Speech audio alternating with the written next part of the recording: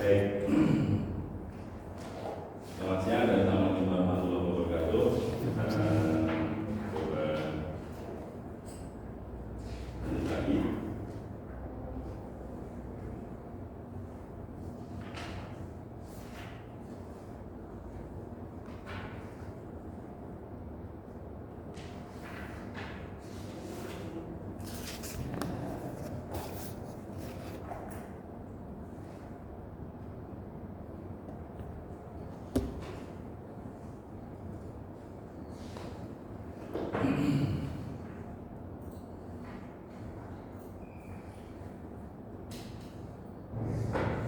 Ya, tadi sudah kita perkenalkan metode dasarnya daripada EAKM ini. Maka sekarang coba kita ini sudah implementasi. Sekarang sudah ada implementasi. Jadi kalau misalnya teman-teman semua itu nanti bekerja sini menerapkan konsep EAKM di sini, kira-kira akan terjadi seperti ini, ya. Jadi langkah pertama yang dilakukan artinya di nol berarti tahap diagnosis. Itu kira-kira Bu Rani, Bu Reni, ini Bu Nova ini ngomong kita bikin yuk program EAKM gitu. Masih kata Pak Prabowo masih omong-omong. Ya, masih ngomong-ngomong aja. Komunikasi stakeholder, penguatan visi-misi bersama, jadi masih ngomong-ngomong bersama gitu kan. Jadi kok ada masalah perikanan, nggak beres-beres, ini gimana? Nah, coba diomongin secara dengan stakeholder semua. Masalahnya apa? Ya. Jadi ini nanti kalau misalnya Bapak Ibu semua nanti ada pertanyaan apa sih tahapan implementasi ya? Seperti ini. Nah, setelah ngomong mengumpulkan informasi, komunikasi dengan stakeholder, baru kemudian ke diagnostik, yaitu mencoba untuk melakukan pengkajian, mendiagnosa. Jadi kalau misalnya dokter kalau mendiagnosa kan pakai stetoskop gitu, ditempel-tempel dada kita itu. Di diagnosis kira-kira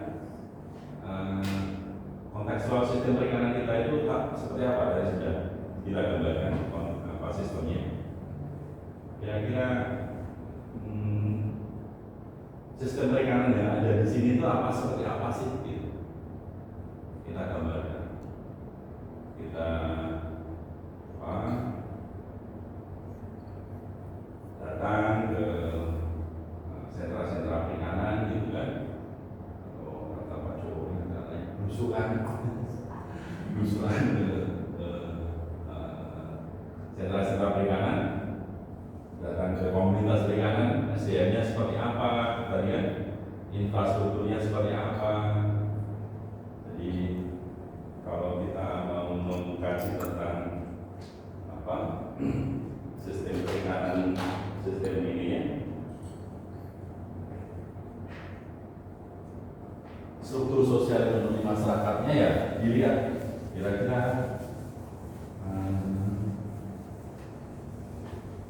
kita melakukan survei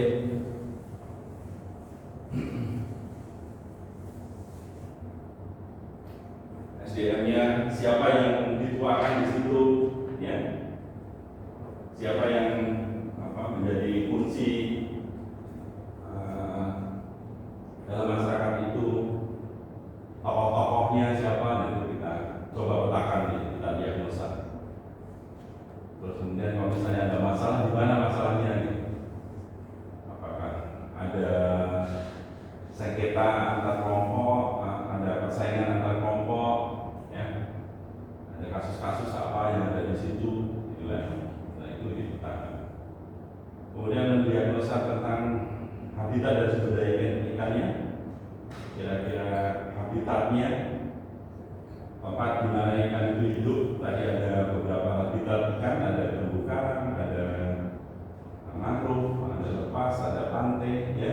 Kita cari ini ya, informasinya, sumber dayanya apa, apakah setiap habitat itu mempunyai sumber daya berbeda-beda, kemudian pola pengelolaan yang ada sekarang, pasar yang ada sekarang, sudah kita coba sedikit gali di sana.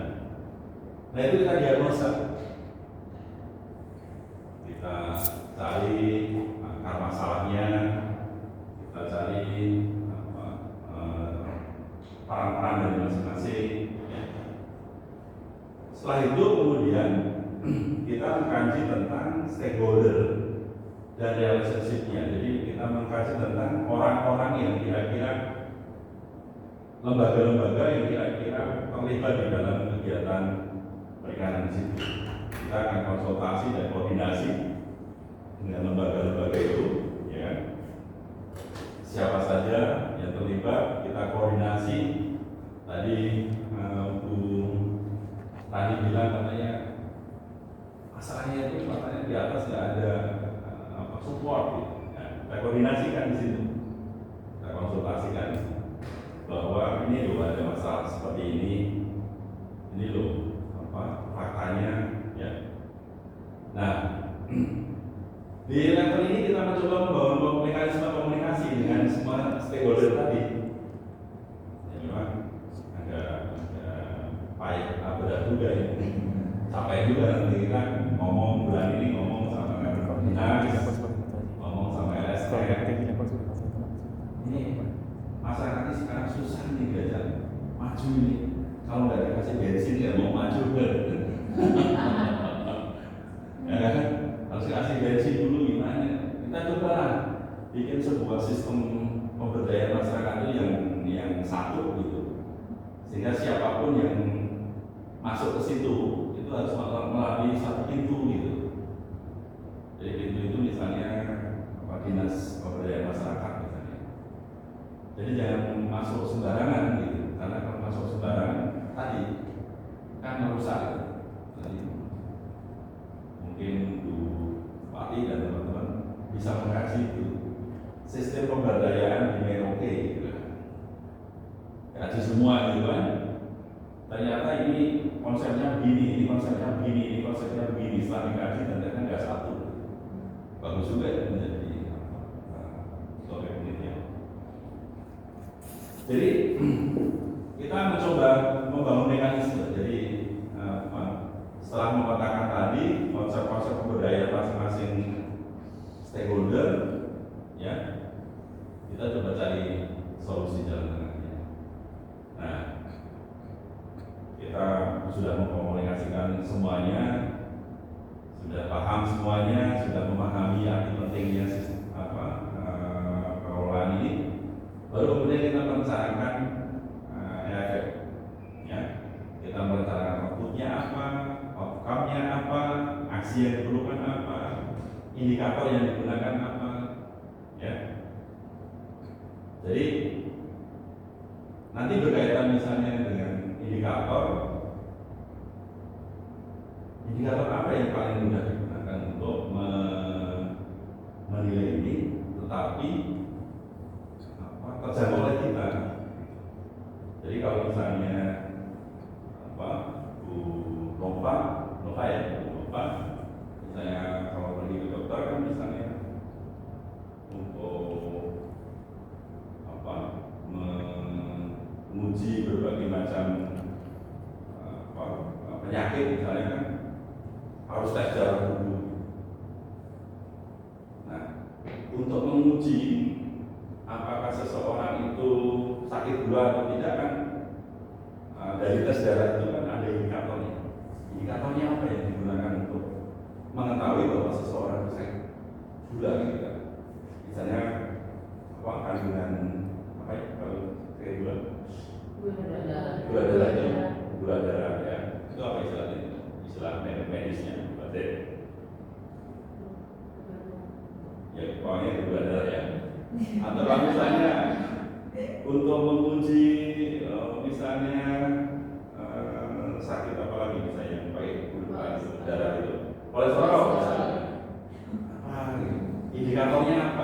dari sekian banyak ini yang paling mudah apa gitu. Sehingga nanti itu waktu kita pakai indikator ini adalah sebuah nilai, sebuah acuan yang itu memang kita sepakat semua dan ada. Jangan sampai kita misalnya tadi di rumah sakit kecil di Merauke kita ingin melihat kandungan gula darah itu pakai analisis yang canggih gitu. Sementara di sana nggak ada gitu. Meskipun itu canggih, bagus, tingkat ini ya keberhasilannya ininya sensitivitasnya tinggi gitu, tapi kalau nggak ada,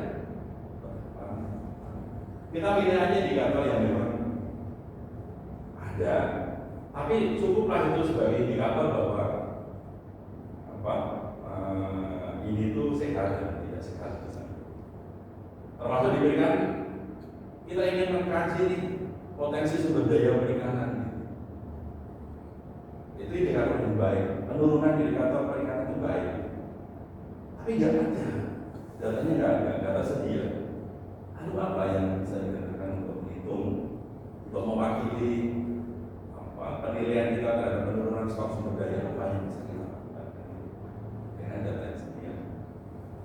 Kira-kira apa kalau misalnya untuk melihat perubahan stok sumber daya pakai data?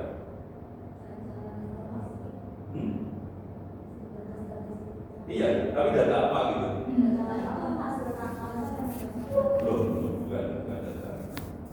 Tadi yang kita ketahui bersama tadi. CTW. Jadi dari CTW dari itu sudah menggambarkan. Karena CTW itu menggambarkan apa itu namanya? Berapa kalau kelimpahan ikan yang ada di suatu kolam itu dibandingkan dengan alat tangkap yang kita gunakan. Analoginya gini, kalau Bu Rani ini mau menangkap ikan di satu apa itu namanya runteng gitu kan. Kalau misalnya di dalam runteng itu isinya 1000, kita hanya menggaruk satu kali gitu. Kira-kira hasilnya lebih banyak mana kalau dibandingkan dengan di dalam kolam itu isinya hanya 100 satu kali? Ya, lebih mana? Lebih banyak mana? Yang pertama atau yang kedua? Yang pertama. Karena dia lebih banyak kan. Nah, ketika diamati, wah ternyata yang dilakukan pertama kali itu dapatnya itu adalah 100, sementara yang kedua tadi hanya dapatnya 5 gitu. Ya, berarti itu menunjukkan bahwa produktivitas per satu kali sarung garuan itu, satu kali gayung itu menggambarkan produktivitas ikan per satu kali menangkap. Atau kalau di laut nanti berapa banyak ikan yang tertangkap dalam satu kali menangkap, itu akan menggambarkan produktivitas. Ya, itu analoginya. Ya kan? Kalau ikannya banyak berarti satu kali garuan pasti akan mendapatkan ikan yang banyak. Ya. Ini contoh, nanti kita belajar lagi. Ya. Ngomong bersama-sama dengan stakeholder semuanya, kira-kira indikator apa ya yang bisa digunakan untuk mewakili itu? Ya. Dan setelah ini testing dan implementasi EFM, pelaksanaan EFM dalam EFM ya, melaksanakan rencana EFM dan kemudian implementasi yang sebenarnya. Setelah merencanakan implementasi kemudian menggali feedback, melakukan evaluasi terhadap pelaksanaan yang sudah dilakukan. Ini adalah tahapan pelaksanaan EFM yang secara besar seperti ini. Jadi kalau nanti ada yang ditanyakan gimana pelaksanaan EFM kira-kira, ya, kira-kira seperti ini. Ada yang mau ditanyakan? Oke, cukup ya. Nah, apa itu rencana pengelolaan? Rencana pengelolaan adalah perumusan tindakan yang dianggap perlu dalam hal pengelolaan perikanan untuk mencapai tujuan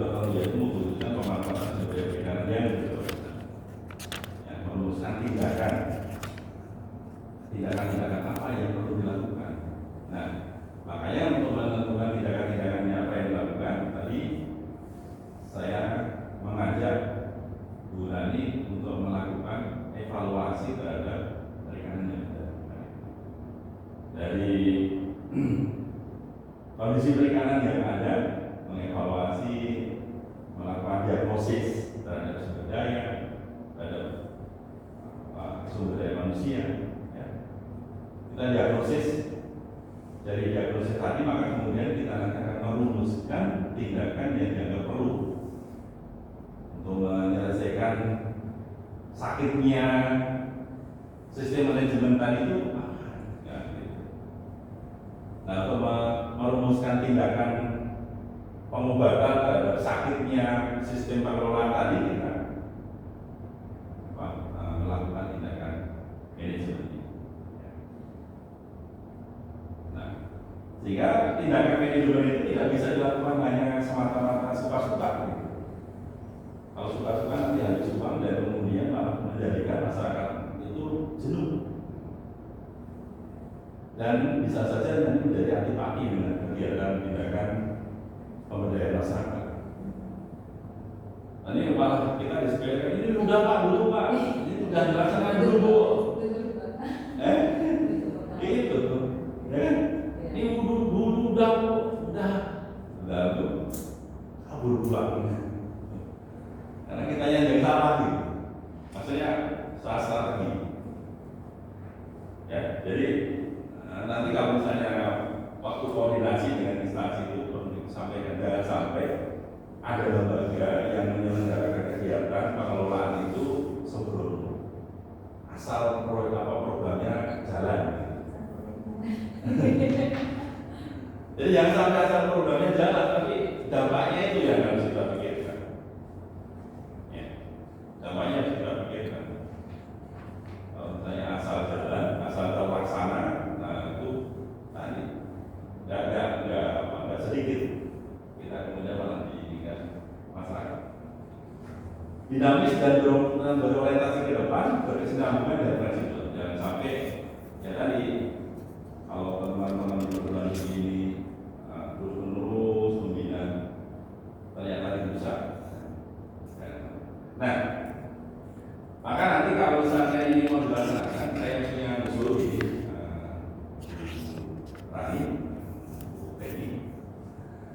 coba pilih satu kampung gitu ya. Pilih kampung itu yang menjadi desa binaan, yang diselenggarakan dari tahun ke tahun dibina terus sampai mereka itu benar-benar bagus. Jadi akan bagus sekali. Ya akan bagus. Jadi dan kalau sudah jadi desa percontohan ngomong sama Pemda, jangan masuk lagi kalau tidak menggunakan sistem yang kita bangun. Jangan sampai kita sudah capek-capek bangun menggerakkan masyarakat dengan pola pikir yang kita ingin juga dimentahkan oleh program yang lain. Iya, jangan sampai dimentahkan. Ya, nah kemudian kita melakukan pembangunan perikanan berkelanjutan. Nah,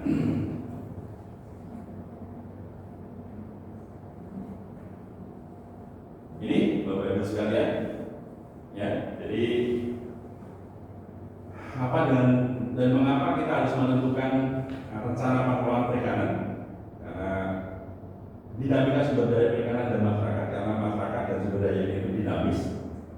Sudah dikatakan bahwa sumber daya itu mempunyai kerentanan, vulnerability, kemudian ada ketahanan, resiliensinya seperti apa komunitasnya, ya, sehingga nanti akan kita ingin mencoba untuk meningkatkan keberlanjutan ekonomi dan keberlanjutan komunitas dan keberlanjutan ekologi, ya, ekonomi, komunitas, ya, atau dalam bahasa yang lainnya adalah ekologi, ekonomi dan sosial, gitu. Sehingga kita nanti akan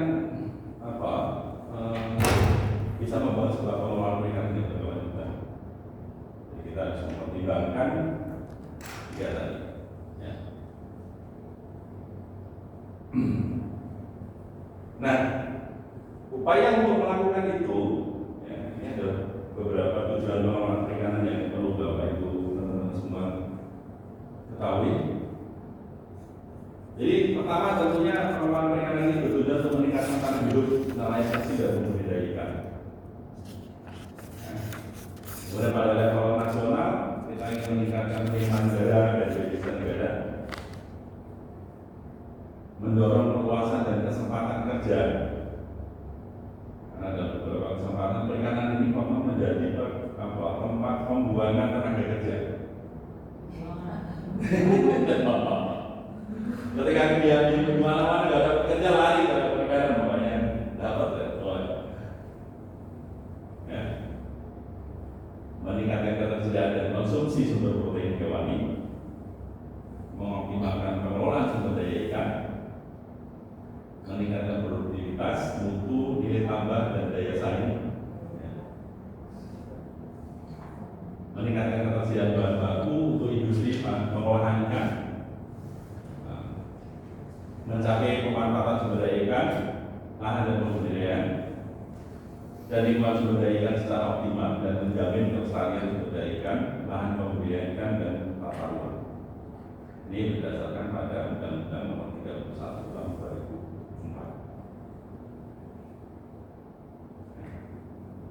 Nah, kalau mau disampaikan dengan bahasa sendiri silakan. Tapi intinya adalah tadi sih tiga sisi ya. Ada sisi ekonomi, ada sisi ekologi, dan ada sisi masyarakat. Tiga hal. Ya. Jadi silakan pakai bahasa sendiri pokoknya. Dari sisi ekonomi, meningkat pendapatannya, meningkat ekspornya, meningkat kesejahteraan. Kalau dari sisi sosial, ya meningkatkan kesejahteraan, meningkatkan konsumsi, kesehatan, kesempatan kerja. Kemudian kalau dari sisi ekologi, berkelanjutan, produktivitas yang baik, sumber daya ikan yang bertahan dan sebagainya. Jadi tiga triangle, ya. Sebuah triangle. Triangle-nya adalah ekologi, ekonomi, sosial. Itu kira-kira ya, tiga triangle ini ya. Nah, kenapa penting? Tujuannya itu dan kenapa penting ada? Karena rencana pengelolaan perikanan itu menunjukkan visi ke depan dan tanggung jawab dalam menyelenggarakan perikanan. Kemudian dia akan berisikan arah strategis yang dilakukan secara sadar atas kesepakatan antar pengguna sumber daya dan pemerintah, dan memberikan pilihan skenario yang fleksibel dan dapat disesuaikan dengan kondisi yang berkembang serta melaksanakan amanat undang-undang. Itu bahasa langitnya seperti itu. Ya, bahasa langitnya. Kenapa penting? Apa landasan hukum penentuan pengelolaan perikanan? Dalam rangka pelestarian sumber daya ikan, Menteri menetapkan rencana pengelolaan perikanan. Ya, salah satunya. Kemudian potensi dan alokasi jumlah tangkapan yang diperbolehkan GDP, jenis, jumlah dan ukuran alat tangkap, jenis, jumlah, ukuran dan penempatan alat bantu penangkapan ikan, daerah, jalur dan waktu atau musim penangkapan ikan, sistem pemantauan kapal perikanan, ukuran dan berat minimum jenis ikan yang diperbolehkan, suaka perikanan dan jenis ikan yang dilindungi. Jadi, kenapa kemudian kita penting membuat pengelolaan perikanan? Karena memang beberapa amanah dari Undang-Undang Nomor 31 Tahun 2004. Jadi diamanahkan melalui undang-undang ini kita menyelenggarakan pengelolaan perikanan.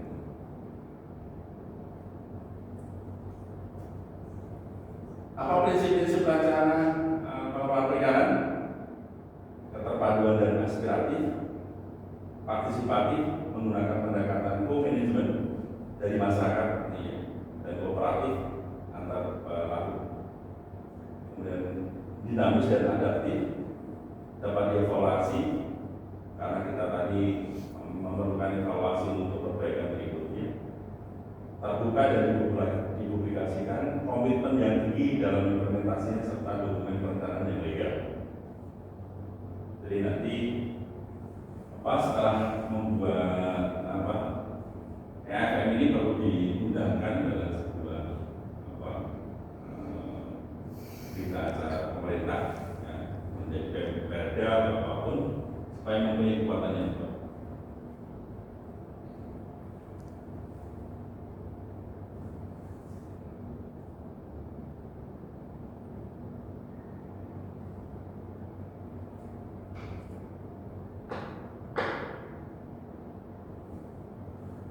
Nah, dengan demikian maka bagaimana proses perencanaan pengelolaan perikanan yang baik? Perencanaan yang baik itu adalah menjamin partisipasi pemangku kepentingan, transparan, mengadopsi pengetahuan lokal, dan seluruh pihak memiliki visi yang sama terhadap sistem perikanan yang ada. Jadi kita harapkan sistem yang kita bangun itu partisipatif, jadi nanti semua stakeholder itu harus terlibat, transparan dan melalui proses demokrasi, ya.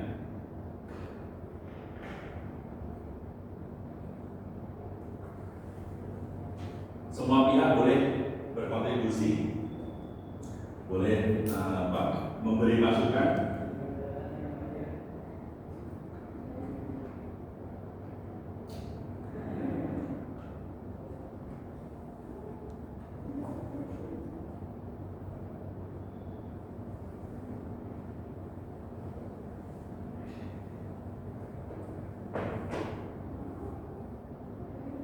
Seluruh pihak memiliki visi yang sama terhadap sistem perikanan yang dikelola.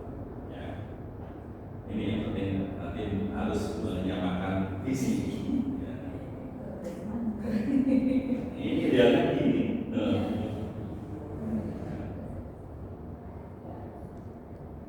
Oke. Baik, sampai di sini ada yang mau ditanyakan dulu? Mau didiskusikan atau nggak bertanya? Ada yang mau didiskusikan? Mas Taman punya pengalaman?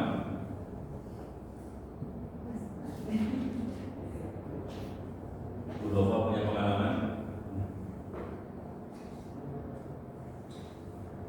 Bu Reni? Bu Rani? Di sini kadang-kadang perlu kesamaan, kadang isi atau sih berbeda dengan ini. Apalagi yang kalau kita itu masyarakat ada adat, mereka punya wilayah itu, kita kan menambah di wilayah. Nah, tadi pada prinsip ini tadi pengelolaan perikanan itu, itu harus dimanfaatkan. Nah, itu kalau di dalam ini, di dalam teori perikanan yang ini itu dinamakan sebagai TEK, karena dengan istilah TEK, traditional ecological knowledge. Yang kemarin ada pakai belum?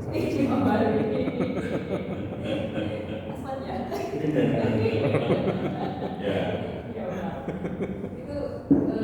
Itu semakin kami mendalami di Papua kami itu semakin banyak yang kami mereka punya dari sisi mereka sendiri lokal mereka itu mereka punya sistem konservasi sendiri untuk menjaga mereka. Tapi kita sebagai akademisi itu tidak harus serta-merta mengikuti. Iya, betul. Tapi yang kita lakukan adalah sistem yang dia lakukan itu apa. Kemudian kita pelajari kontennya. Kemudian kalau kontennya itu kurang benar, kita luruskan dengan mengisi sistem yang lebih baik, sistem manajemen modern yang baik. Jadi karena untuk membuat masyarakat ikut di dalam sistem itu susah. Tapi kalau kita kemudian menggunakan kendaraan itu, maka itu agak mudah. Jadi kalau misalnya ada aturan adat misalnya, ini yang dari Ambon ya sasi gitu misalnya. Sasi itu apa?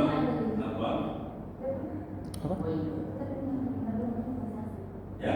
Di tahun kita ada sama seperti saksi, tapi bukan kambing. Ya. Jadi memang di dalam sasi itu ada sistem pemanfaatan yang kurang baik terhadap konservasi, katanya kan bisa dibuka itu kan kemudian orang ambil semua kan. Nah itu yang nggak baik. Mestinya dibatasi, yang boleh diambil itu adalah yang sudah matang bulan, tidak kemudian semua bebas diambil. Itu sehingga dalam konteks pengelolaan modern kita bisa memanfaatkan aturan itu, tapi kemudian ditambah lagi, diimprove lagi dengan pengetahuan modern yang misalnya yang itu kan sebenarnya ikan lomba itu kita kan pasti karena sudah melarang, tapi mereka sudah biasa, jadi pas masuk di dalam gelut kita ambil saja semua gelut, sebenarnya mungkin dia nanti waktunya memijat seperti itu Pak. Itu gimana Pak kalau dari sisi itu kan masyarakat? Iya, jadi di kontennya itu kita pelajari. Kalau memang kita dari apa yang kita pelajari ini tidak bagus, kita harus luruskan. Ya, kita luruskan. Tapi aturan model itu tetap seperti itu. Cuman kontennya saja yang kita perbaiki. Seperti model panglima laut itu juga kita kontennya kita perbaiki. Kan organisasi sistemnya udah ada. Tapi kalau berbicara masalah pengetahuan lokalnya masyarakat khusus di Papua itu agak unik Prof. Jadi dibilang mereka punya pengetahuan lokal adat banyak sebenarnya, tapi tidak mau mereka share ke masyarakat luar di luar komunitas mereka. Itu agak membuat kami kesulitan untuk menggali lebih dalam tentang pengetahuan lokal mereka. Atau ditanya sedikit mereka kalau tidak bisa, ini hanya untuk kami saja. Itu tuh satu-satu kan kalau kita bicara mereka tuh sebenarnya punya apa, dari sisi mereka sudah punya ada yang bagus gitu. Khususnya sungai itu ya? Ada sampai di sisi sampai di sungai Ya, di dalam ada. Jadi kalau kita masuk mereka yang jadi kan takut juga nih masuk jangan-jangan salah. Contoh yang arwana, mereka punya keahlian dulu untuk menangkap arwananya.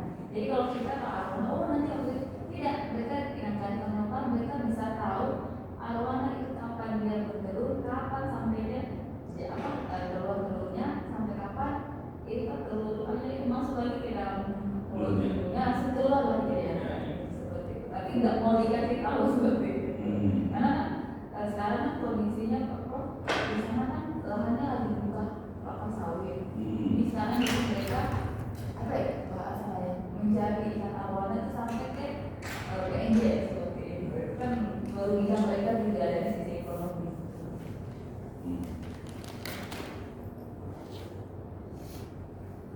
Oke. Ya, realitasnya adalah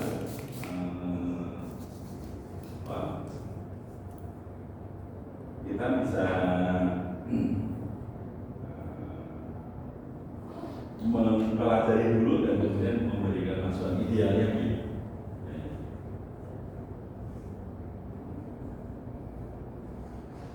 Oke, ini tahapannya tadi sudah kita sampaikan. Pertama adalah mengkaji partisipasi, kemudian kita menganalisis, mendiagnosa dan merumuskan isu. Tadi kan kita diagnosa dulu, kemudian kita membahas komponen pengelolaan sumber daya, menyepakati sistem batas pengelolaan, aturan main sistem hak. Nah ini ada tugasnya pelaksana nanti di sini.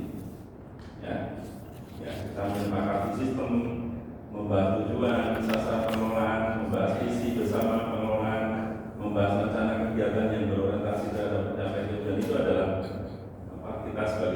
pelaksana fasilitator kegiatan EFM ini. Ya. Setelah itu kemudian kita menyusun dokumen rencana pengelolaan perikanan. Setelah disusun, kemudian kita bahas dokumen RPP di tingkat publik, kita sampaikan. Kemudian adop legal dokumen RPP, proses adopsi legal RPP sebagai dokumen perencanaan, dan kemudian berimplementasi.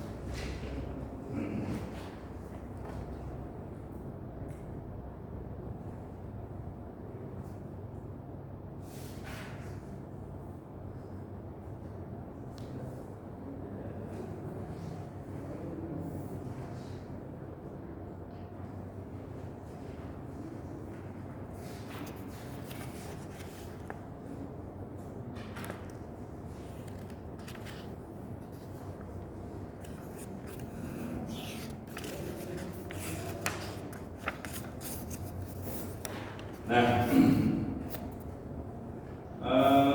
kemarin saya lihat begini, setelah kita menyusun diagram penyusunan pengelolaan perikanan, yang paling banyak di sini, yang paling banyak dilakukan di sini adalah bagaimana kita melakukan rapat-rapat dengan stakeholder. Ya, ada rapat stakeholder 1. Ini nanti kita menentukan dulu kira-kira stakeholdernya siapa, ya, orang-orang yang perlu terlibat di dalam kegiatan ini dan nanti siapa. Tujuan kita adalah menentukan mengidentifikasi stakeholder, ya, stakeholdernya siapa saja. Kemudian kita rapat stakeholder 1 ini untuk menentukan tadi state of fisheries, jadi state perikanan kita statusnya seperti apa. Setelah menentukan state fisheries kita dengan stakeholder, kemudian kita membuat proses tahapan 1 dan 2, membuat dokumen RPP, kemudian kita rapat lagi dengan stakeholder untuk menentukan proses dan tahapan. Setelah itu kita menyusun dokumen RPP dan baru kemudian kita sosialisasikan ke masyarakat. Ya. Nah, kita ini lagi. Siapa saja sih yang masuk ke dalam sistem manajemen body atau dewan manajemen dalam kegiatan pengelolaan sumber daya perikanan? Ini adalah manajemen body. Nah, ini mungkin belum ada di dalam dokumen yang sudah saya kirimkan kemarin. Nanti ini yang baru, nanti saya kirim lagi. Nah, di dalam penyusunan sistem perikanan ini, pengelolaan perikanan ini ada manajemen body atau dewan manajemen. Itu terdiri dari kelompok perikanan lokal, kemudian kelompok perikanan komersial, aquaculture, market atau trader, pemasar ikan, akademik, NGO, indigenous people. Jadi nanti kalau misalnya orang asli di situ, orang Papua mestinya dimasukkan ke dalam dewan manajemen ini. Ya. Jadi bagaimana sekarang nanti tadi di depan tadi mengidentifikasi siapa saja stakeholder kan gitu kan. Setelah menentukan siapa saja stakeholder, katakanlah stakeholder kurang lebih seperti ini. Kemudian diajak ngomong tadi, mendiagnosa masalah. Masalahnya apa saja yang ada di dalam perikanan ini? Diagnosa. Nah, setelah itu menentukan rencana. Kalau sakitnya seperti ini, apa sih yang akan dilakukan? Nah, di dalam melakukan rapat-rapat dengan manajemen, nah itu kira-kira hal-hal pokok yang harus dilakukan dari strukturnya itu dari manajemen body atau dewan pengawas. Kemudian nanti ada sertifikat fisher, dan kemudian baru nanti ke pasar. Nah, tanggung jawab Dewan Manajemen itu apa? Menetapkan kebijakan dan program untuk Business Management Area, EAFM, mengembangkan dan menerapkan rencana EAFM untuk FMA sebagai kerangka kerja untuk memandu tindakan KKP, dinas perikanan dan sebagainya. Jadi tadi manajemen body tadi itu nanti itu mengusulkan kepada KKP dan dinas perikanan itu kira-kira rencana EAFM-nya seperti apa tadi. Ya. Kemudian di sini juga di Dewan Manajemen ini menetapkan reference point. Reference point itu indikator-indikatornya apa, kemudian batasan-batasannya seperti apa, itu adalah reference point. Untuk spesies kunci berdasarkan studi lembaga riset, misalnya Komnas Kadiskan, ilmuwan dan lain-lain. Kemudian mengadopsi aturan pengendalian hasil tangkapan atau strategi, dan menerapkan atas kontrol strategi rule melalui tindakan pengembangan yang disepakati oleh FAO. Nah, karena ini adalah levelnya adalah level tinggi, ya, level Dewan Pengawas, maka tentunya dia akan memberikan rumusan-rumusan makro, ya, rumusan-rumusan makro untuk pengelolaan perikanan. Apa saja yang perlu dilakukan.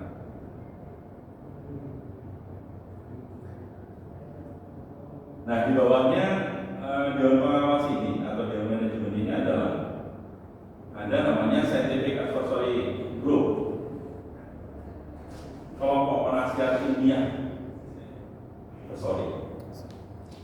Itu bertanggung jawab untuk memberi nasihat kepada Dewan Manajemen berdasarkan data dan hasil penelitian yang tersedia. Tentang apa?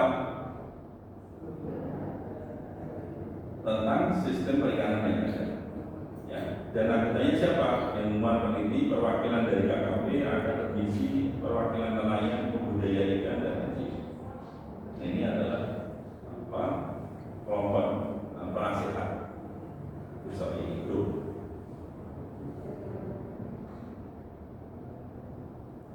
Nah, di bawah ini, ya, di bawah ini nanti ya, kemudian ada Dewan Manajemen, kemudian ada advisory, kemudian di bawahnya yang nanti pelaksana dan bapak ibu sekalian ada itu ada di sini, ada di stakeholder business management area ini. Nah, bapak ibu nanti ini nanti ada 4 kelompok utama yang harus ada. Di sini ada KKP, ada dinas perikanan provinsi, kabupaten, kota, lembaga perikanan lainnya yang ada di situ. Kemudian kelompok 2 adalah kelompok nelayan tradisional, kelompok komersial, pedagang ikan, pengolah ikan. Kelompok ketiga adalah organisasi nelayan, federasi nelayan, pedagang, pengolah, pariwisata dan sebagainya. Kelompok yang keempat adalah LSM, lembaga kerjasama media massa dan sebagainya. Nah, ada 4 stakeholder yang kira-kira nanti perlu mendapat perhatian kita untuk kita ajak ngomong-ngomong, ya, ngomong pertama tadi. Tadi kan ngomong, kita perlu ngomong-ngomong dengan semua stakeholder untuk membicarakan tentang pasar perikanan kita ini. Nah, ini adalah orang-orangnya. Ya. Nah,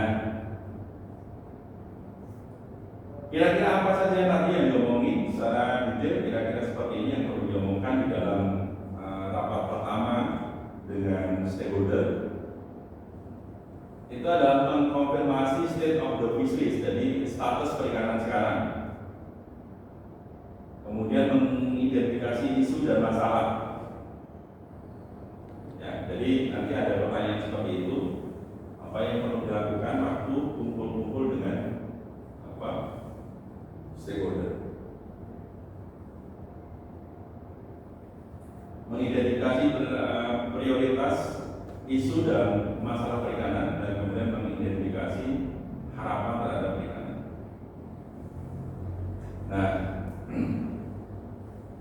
Setelah mengumpulkan isu, bagaimana caranya untuk mengumpulkan ini, untuk mengumpulkan data-data ini dengan teknik metaplan, yaitu datang mengobservasi langsung ke masyarakat untuk menentukan kondisi-kondisi ini di dalam masyarakat dengan berbagai macam teknik. Nanti akan dikumpulkan informasi-informasi yang berkaitan dengan 4 masalah ini.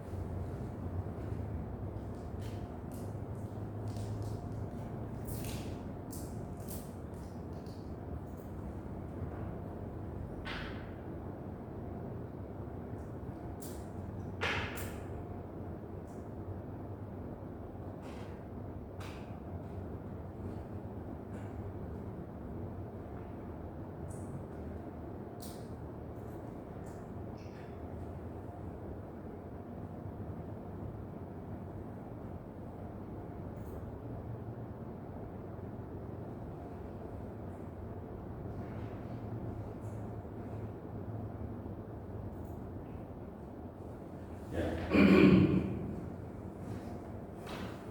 Baik, jadi ini adalah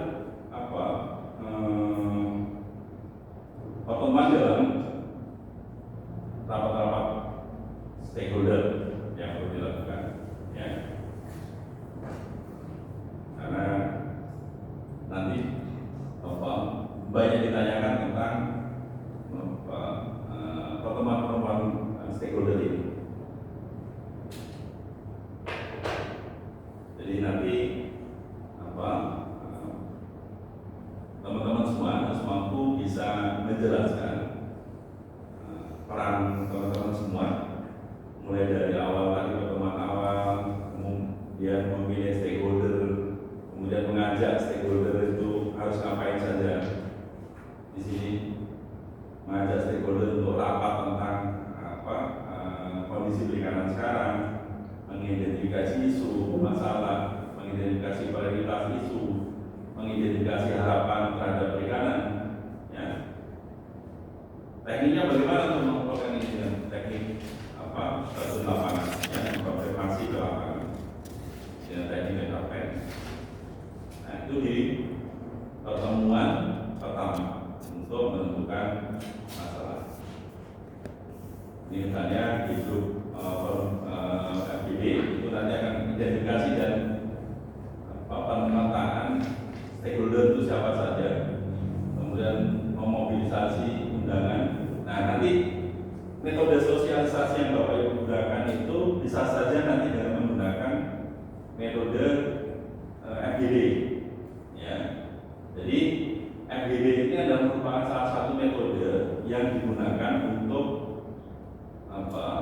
bahan sosialisasi sekaligus untuk menggali informasi dari masyarakat. Ya. Jadi teknik sosialisasinya adalah dengan FGD salah satunya. Selain rapat umum.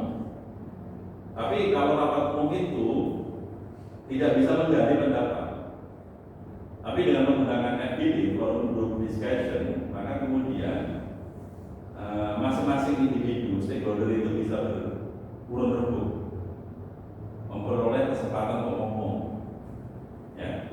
Jadi tekniknya yang menurut saya yang bagus adalah dengan FGD. Ya. Jadi nanti misalnya ditanya bagaimana teknik untuk sosialisasi, teknik untuk melakukan penggalian data dari stakeholder, itu salah satunya adalah dengan menggunakan forum group discussion. Ya, nanti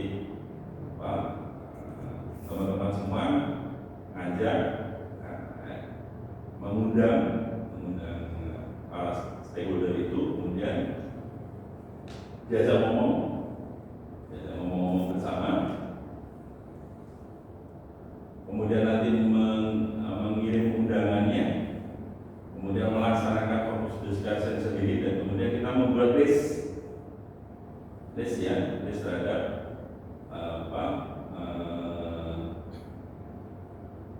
masalah-masalah yang ada yang sudah kita diagnosa sebelumnya. Ya, setelah itu kita sosialisasikan kepada mereka. Kira-kira contohnya misalnya di sini adalah skala penting. Misalnya 1 tidak penting, 2, 3, dan sebagainya.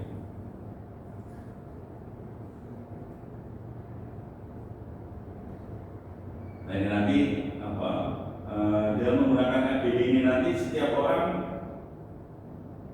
setelah kita tulis masalah-masalah nanti untuk memberikan skor, misalnya masalah penurunan stok sumber daya, Amir maju misalnya ngasih skor berapa, kemudian Badru masuk naik ngasih skor berapa, kemudian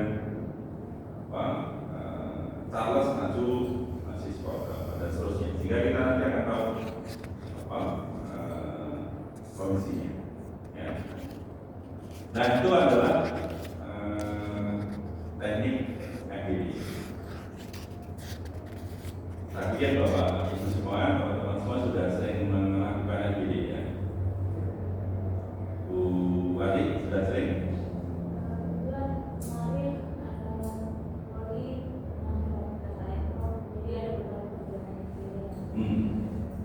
Oke. Ya. Nah itu adalah salah satu langkah yang nanti bisa kita usulkan untuk menggali informasi berkaitan dengan pelaksanaan penerapannya, ya, tekniknya dengan menggunakan FGD. Ya. Oke.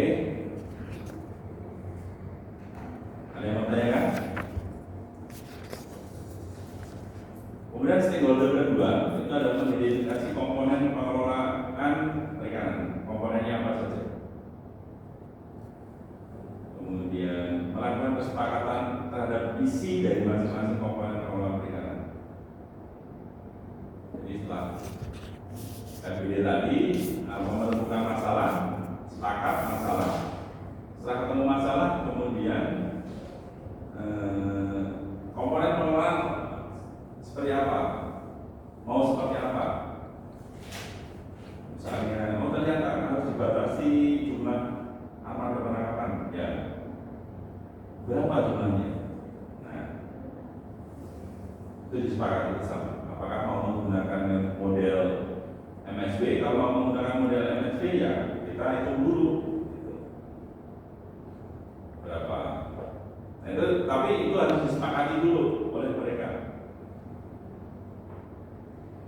Ya, melakukan kesepakatan dalam visi, misi, dan pengelolaan.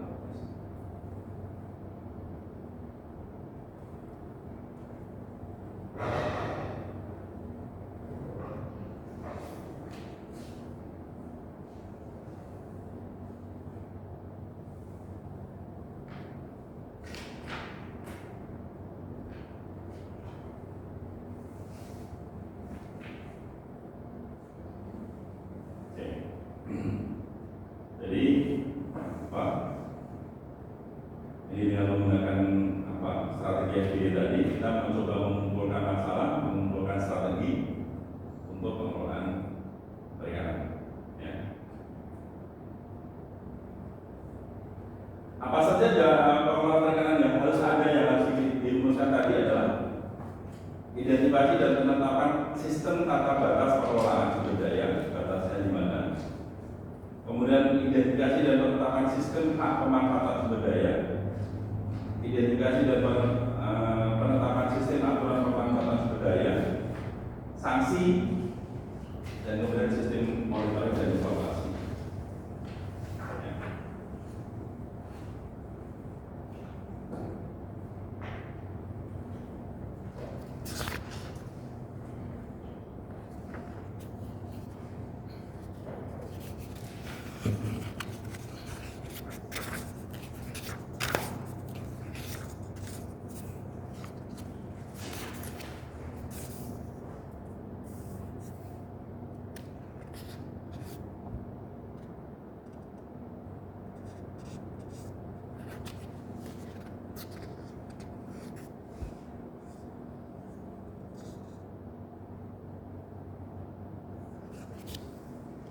Ini batas administrasi, batas psikologi atau batas sosial ekonomi tadi yang kita diskusikan sebelumnya.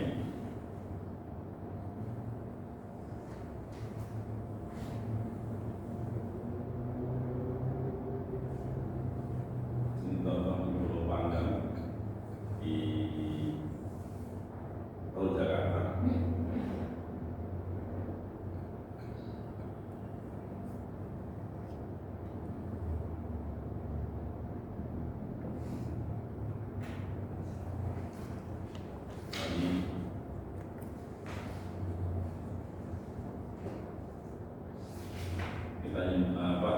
Bentuk-bentuk kesepakatan yang harus kita sampaikan di dalam FBY itu adalah jenis hak, ya, hak pemanfaatan dan hak pengelolaan. Contohnya, ya, yang penting Pak, pokoknya kita perlu menyepakati hak-hak penggunaan lahan. Ya. Ada hak pemanfaatan atau hak pengelolaan. Kemudian menentukan manajemen hak, ya.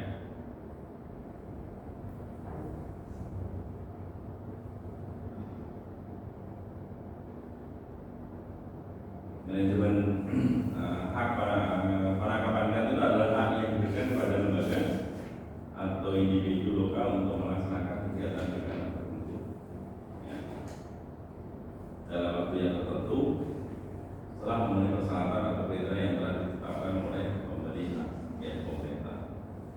Jadi biasanya kalau hak penangkapan ikan itu kalau sekarang itu disebut sebagai apa?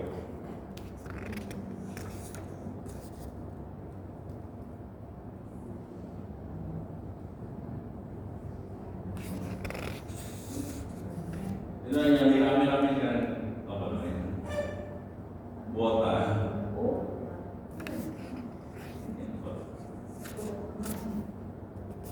Kalau dulu sebelum pakai kuota, sebelum pakai sistem PIT gitu kan, penangkapan ikan terpadu, maka kita kan harus punya surat izin penangkapan ikan CP. Itu adalah hak untuk menangkap ikan. Kalau tidak punya CP, nggak punya hak. Ya.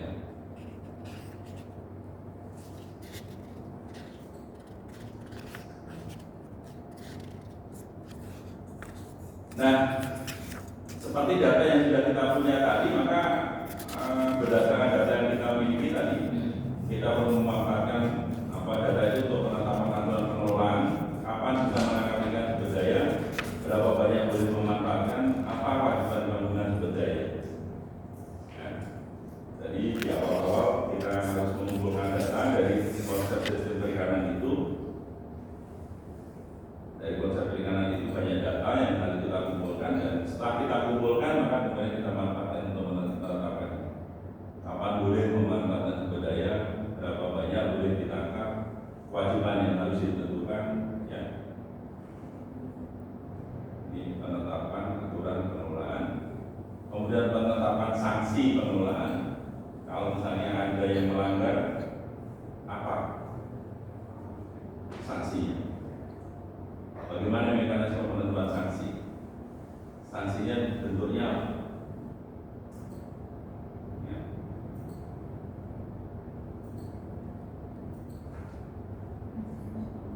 Kemudian sesuai dengan aturan tadi, maka selain menentukan aturan-aturan ini juga kita perlu menentukan prinsip monitoring. Ya.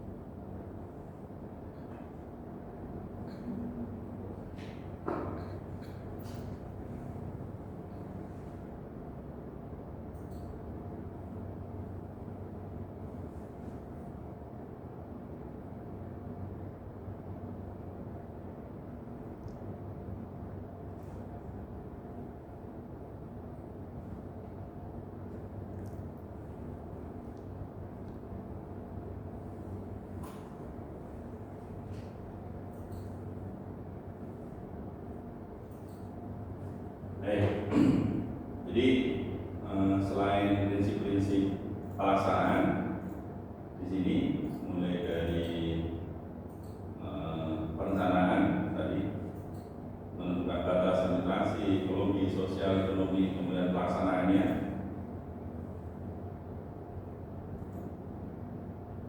menentukan batasan-batasan tadi, kita juga tidak kalah pentingnya menentukan prinsip monitoring. Nah, itu kira-kira pelaksanaan, dan di sini yang paling saya tekankan adalah tolong teman-teman semua memahami peran stakeholder. Ya, peran stakeholder ini besok mungkin dalam ujian kompetensi banyak ditanyakan. Peran stakeholder apa? Ya, tadi peran stakeholder. Siapa saja stakeholder itu, kemudian perannya apa saja, kemudian bagaimana kalau misalnya teman-teman semua nanti itu sebagai pelaksana untuk mengumpulkan, kira-kira metode untuk mengumpulkan apa, kemudian metode untuk menggali informasinya apa, metode untuk sosialisasinya apa terhadap kesepakatan tadi, kesepakatan rapat dengan stakeholder tadi, kemudian mensosialisasikan ke semua untuk metodenya apa, nah itu harus paham. Baik, ada yang mau ditanyakan dulu? Ada yang belum jelas tentang peran stakeholder tadi? Berarti memang ada lompat-lompat.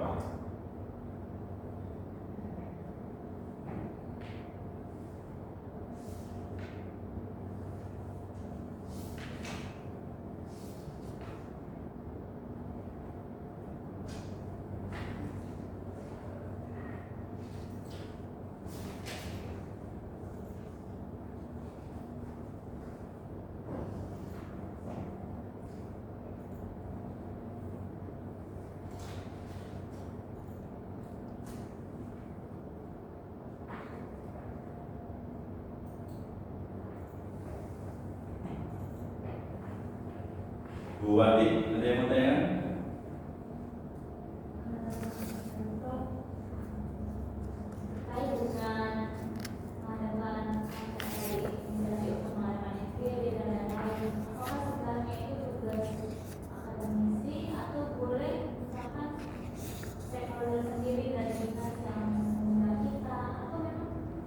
Ini sekarang posisi yang memposisikan saja.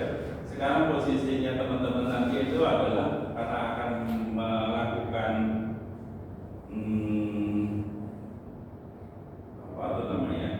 ujian kompetensi sebagai pelaksananya. Ya berarti nanti memposisikan sebagai pelaksana. Jadi tahun sekarang memposisikan diri sebagai pelaksana.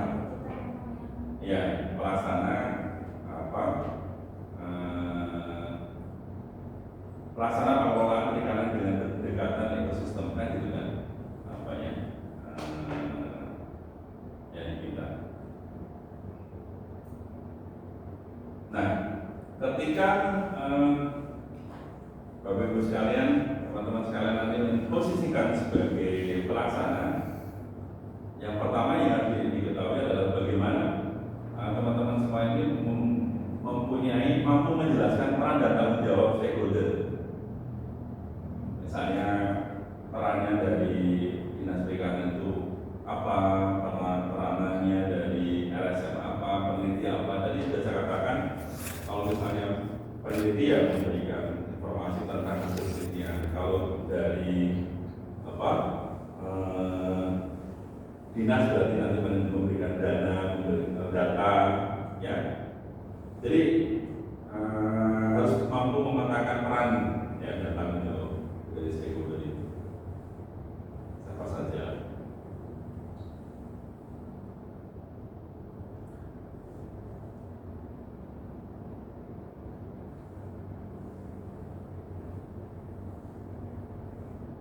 Nah, tanggung jawabnya masing-masing tadi untuk masing-masing stakeholder yang sudah kita inventarisasi tadi, apa kira-kira tanggung jawabnya dari Dinas Perikanan, ya, kemudian dari komponennya tadi kan ada apa tadi? Apa tadi? Pemerintah, kemudian LSM, kemudian institusi peneliti, satu lagi apa? Pelaku. Ya, pelakunya adalah nelayan, pedagang dan sebagainya. Itu adalah empat stakeholder utama di dalam EFM ini, ya, di dalam pengelolaan perikanan. Nah, tadi dari empat itu tanggung jawab dari ini apa? Perannya apa? Ya. Bukan sebagai pelaksana penerapan EFM itu. Inisiator ini, semacam inisiator gitu ya.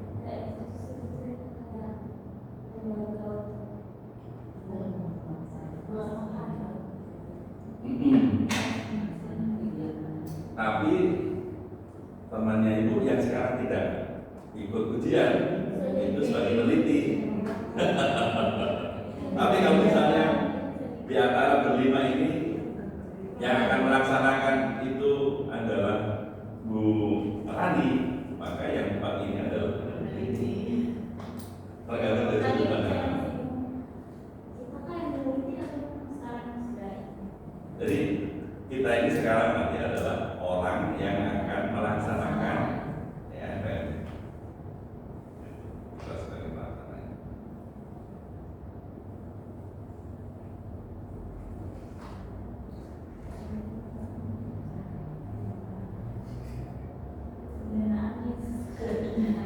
Kenapa?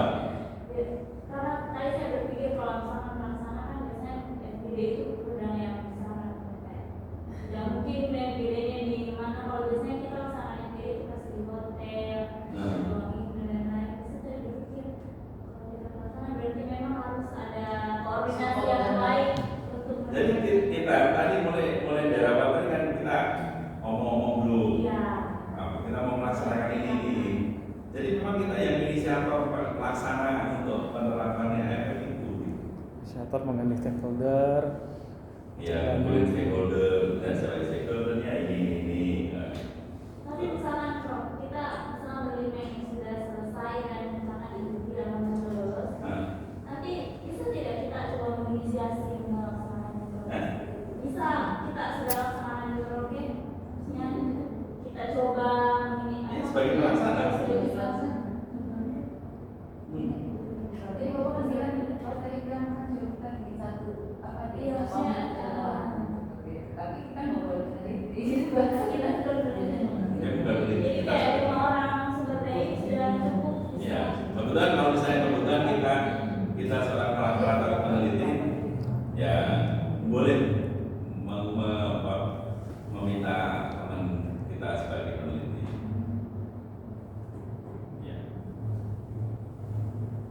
misalnya masing-masing ini mau membuat proyek sendiri-sendiri, ya mungkin di satu kesempatan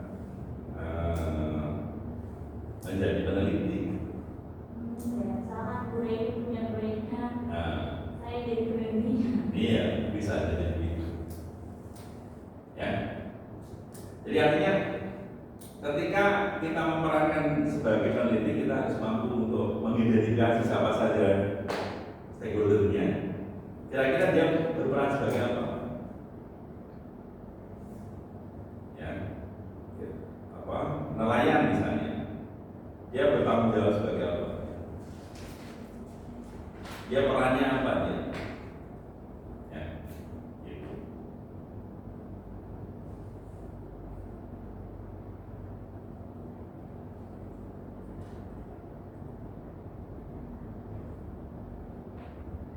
Nah, selanjutnya tadi dari penjelasan tadi adalah kita menjelaskan kepada komitmen stakeholder itu kira-kira perannya apa, tanggung jawabnya apa, dan kemudian setelah itu baru kemudian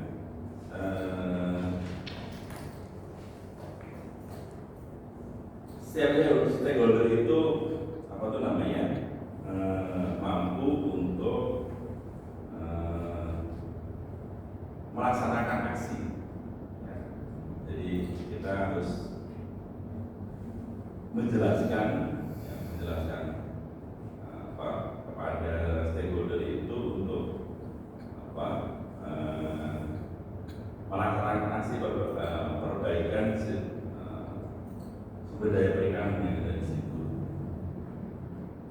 Jadi pada nelayan, Pak, ini kondisi perikanannya sudah mulai turun, maka kemudian ini perlu diperbaiki,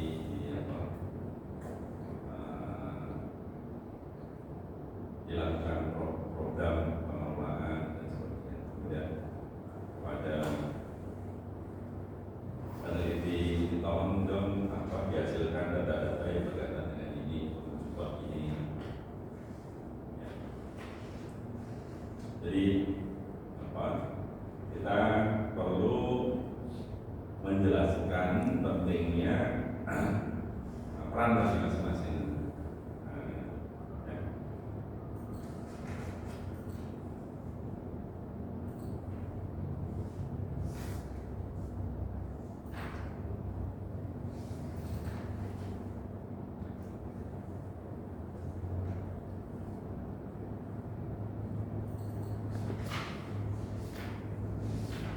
Terus sebagai pelaksana tadi untuk membuat data dasar tadi, informasi data yang dasar yang di awal-awal tadi, maka teman-teman semua harus mampu untuk menjelaskan kira-kira data apa yang dibutuhkan. Data tentang sumber daya, tentang manusia, yang tadi ya, masalahnya apa, masalah sumber daya manusianya apa.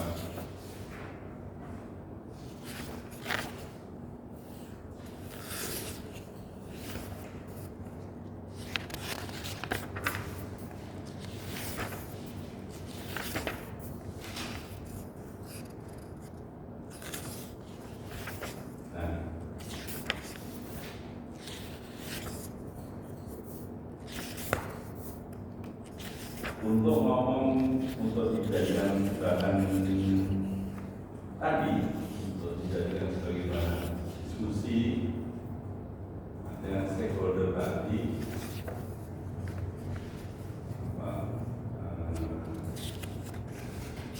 data-datanya tadi boleh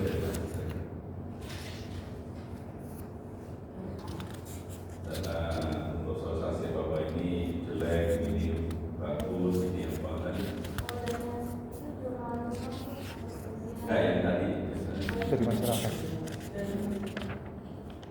dari pelaku penelitian sendiri, atau kita mengambil data lain dari instansi lain, dari lembaga penelitian, dari pemerintah. Jadi ada dua sumber, kita ambil sendiri atau data dari pemerintah atau orang lain. Tadi saya katakan kalau misalnya nggak ada data perikanan, maka kemudian kita bisa mengambil dari apa? Ya, jadi kalau misalnya itu susah lama, kita dalam waktu tepat untuk mengambil informasi itu dari proses apa? Dari masyarakat. Pertanyaan apa? Persepsi. Persepsi. Ya, kita bertanya persepsi. Ya, jadi kita mengumpulkan data dari itu, kemudian baru kita gunakan untuk sosialisasi. Kita sampai ini loh Pak, sumber daya Bapak itu sudah turun, ikan-ikannya sudah kecil. Nah itu sebagai bahan untuk melakukan sosialisasi. Jadi data-datanya kita peroleh dari bersangkutan. Oke.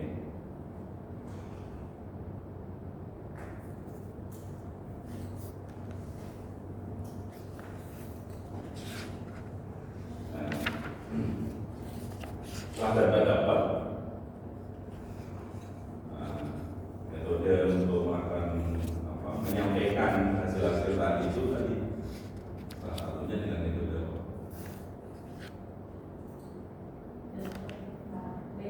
metodenya dengan bukan metode itu kan untuk mengambil data untuk sosialisasi.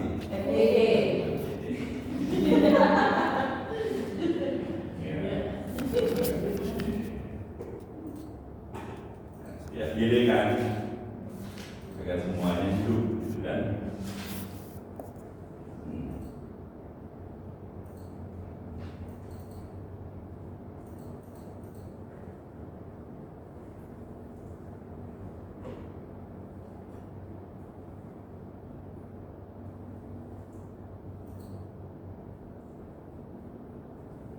Nah, dari FBD nanti akan keluar kesepakatan tadi kan, dengan menggunakan waktu ini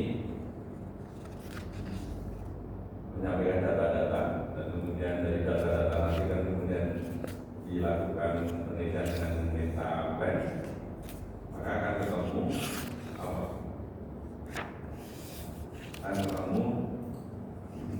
masalah dan ketemu solusi. Ya.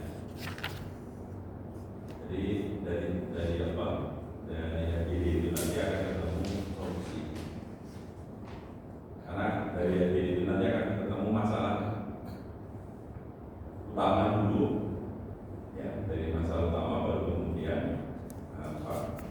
mendiskusikan solusi yang akan ketemu. Gitu. Ya, jadi dari masalah yang dihadapi ketemu masalah, kemudian kita mendiskusikan juga masalah solusi yang perlu disepakati bersama. Gitu. Jadi artinya melalui proses RBD itu kita mencoba untuk menemukan masalahnya dan kemudian mencoba untuk menawarkan solusinya. Tadi saya katakan kalau pakai stetoskop kita ketemu masalahnya. Nah, untuk menemukan masalahnya itu pakai beberapa indikator. Nah, indikator itu banyak. Kita perlu memilih yang cocok saja, yang kira-kira datanya ada dan sesuai, gitu kan?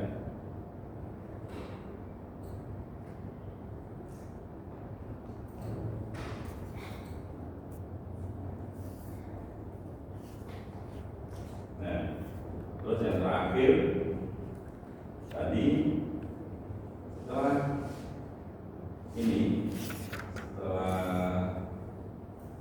program disepakati dilaksanakan, maka untuk menjamin bahwa program itu terlaksana harus ada monitoring dan evaluasi.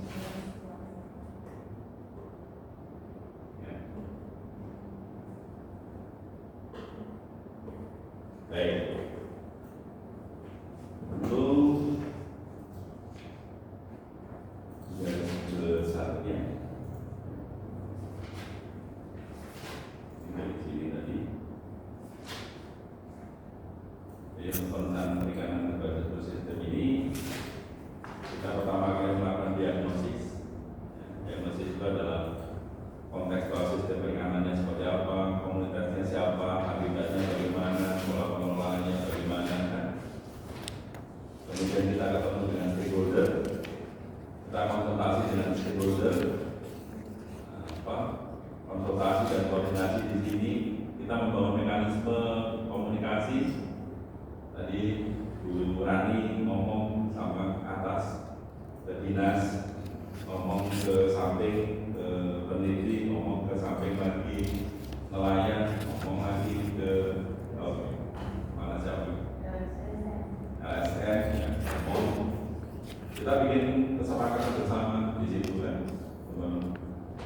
Kemudian dari situ kita merencanakan ERM.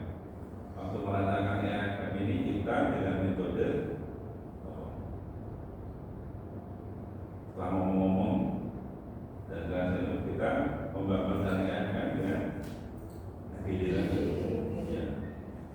Setelah ada data, setelah ini kita dengan FGD kita sosialisasikan untuk ngomong untuk ketemu waktu dan outcome yang diinginkan. Karena output dan outcome itu bukan hasil yang teman-teman semua, tapi sebenarnya kesepakatan di antara stakeholder itu. Karena semuanya harus sepakat, semuanya harus memahami, semua stakeholder harus paham dia mau diajak kemana. Ada output, aksinya apa saja yang perlu dilakukan, terus kemudian menyepakati indikator. Nah, nanti kita akan belajar tentang indikator setelah ini. Kemudian ada testing implementasi untuk pelaksanaan, dan kemudian setelah nanti tes diimplementasikan aksi manajemen, baru kemudian ada feedback berupa monet, kemudian evaluasi. Ya Pak, ada feedback untuk perbaikan kalau ada sistem yang nggak benar, nggak pas.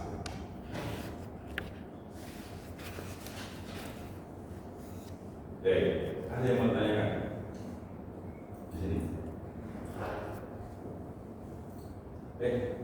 Keluar ya ternyata. Nggak ngomong.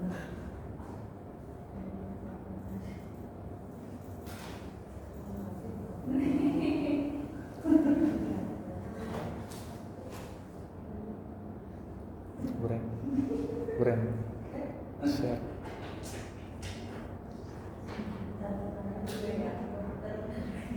Jangan pelit ilmu Anda.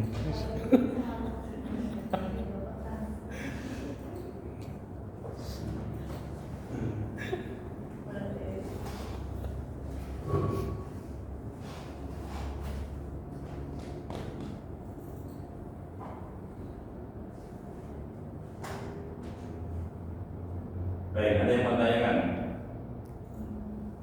Sampai jam berapa, Mas? Sampai jam 14.30. Berapa menit lagi? 5 menit lagi kau. Oh, 5 menit lagi. Mungkin Tadi yang saya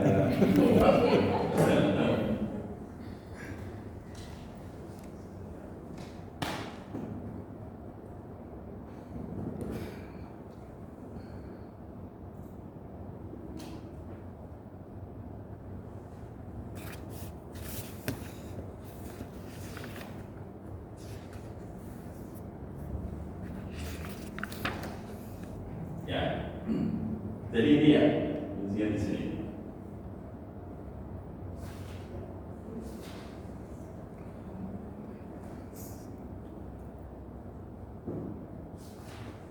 Jadi tadi peran diagnosis nantikan teman-teman sebagai pelaksana merasa tertantang gitu kan, ada masalah. Kemudian dari situ ngomong dengan teman-teman, ya, ngomong dengan teman-teman. Terus kemudian coba kita cek sisi perikanan kita, ya, kita tes, kemudian ajak ngomong, ngumpulin stakeholdernya. Ada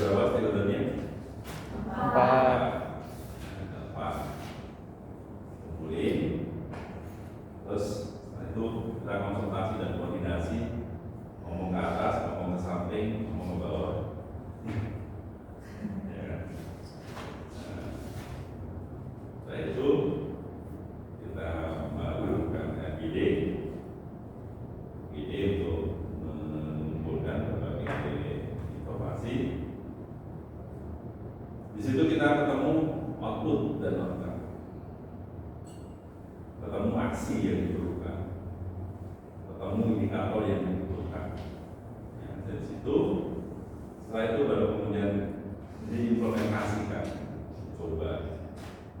Setelah dicoba, kemudian kita perlu melakukan connect dulu supaya ada balik supaya sistem kita menjadi lebih baik. Ya.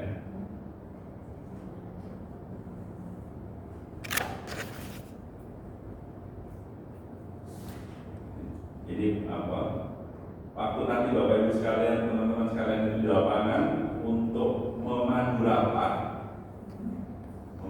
kira-kira yang perlu menjadi pembatas itu ini, Pak, jangan kemana-mana ini tuh. Yang kita rapatkan, kita akan diskusikan itu kira-kira dari situ tujuan itu seperti ini. Gitu.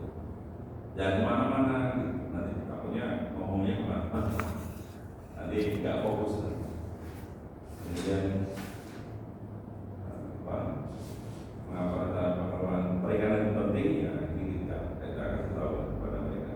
Nah ini landasan hukum rencananya apa saja yang ada di dalam tadi ya, informasi apa saja yang ada di dalam rapat bersama tadi itu adalah menentukan potensi, jumlah tangkapan yang diperbolehkan, jenis-jenis kira-kira seperti ini. Ini harus disepakati bersama oleh stakeholder.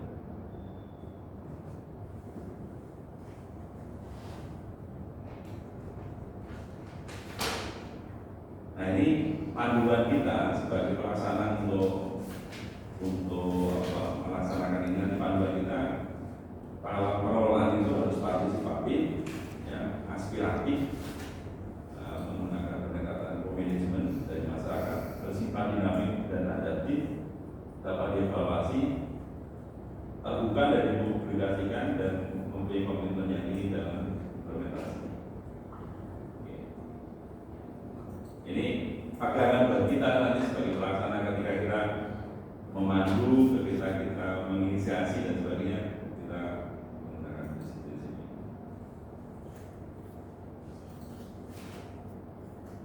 Oke. Ini tahapan penyusunan rencana ini adalah dia harus partisipatif, analisis dan perumusan isu, pembahasan komponen. Ya, tadi ini ringkasannya dari tadi.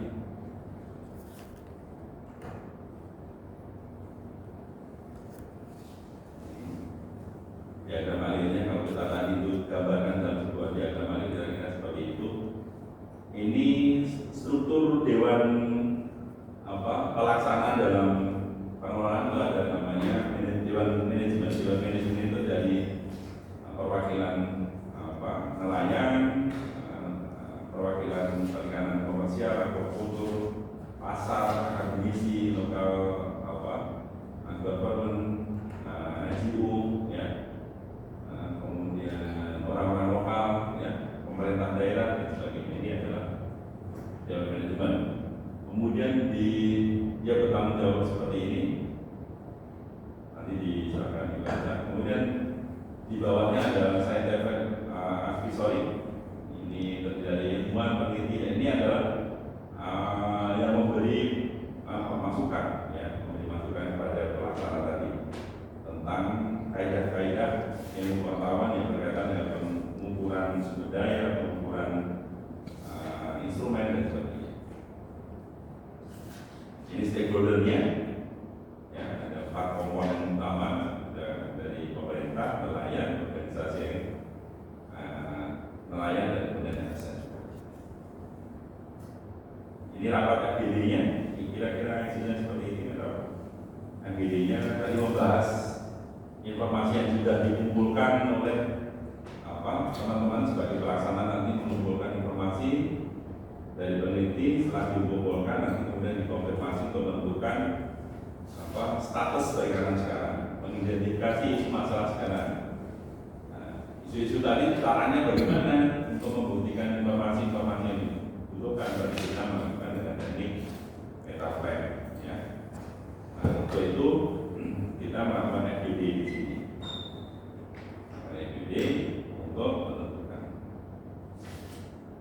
Ini sama di setelah ketemu tadi di splitting kedua kita menentukan komponen pengelola, kemudian kesepakatan bersama visi bersama. Ya. Ini isinya sistem batas, batasnya di mana, sistem hak pemanfaatan dan seterusnya. Ya.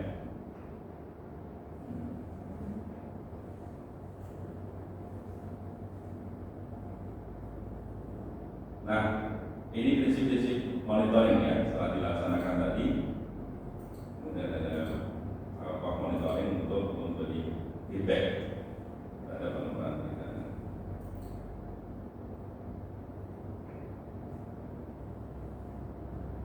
Baik, seperti itu ya untuk materi tentang pelaksanaan.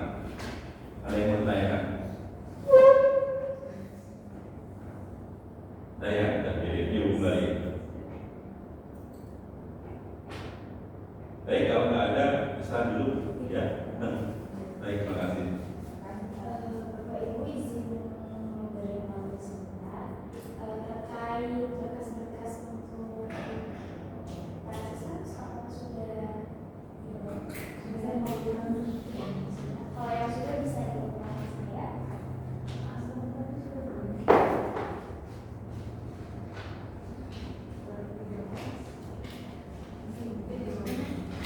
Nggak ada mungkin.